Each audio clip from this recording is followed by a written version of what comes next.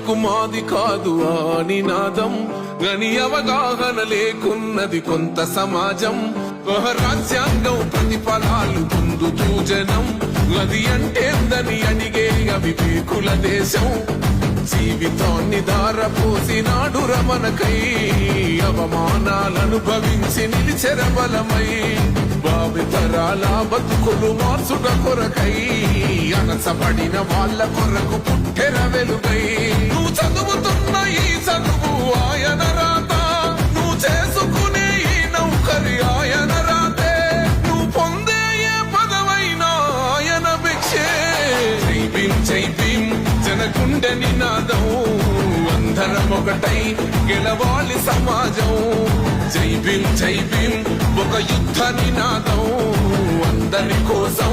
గది పోరు ప్రవాహం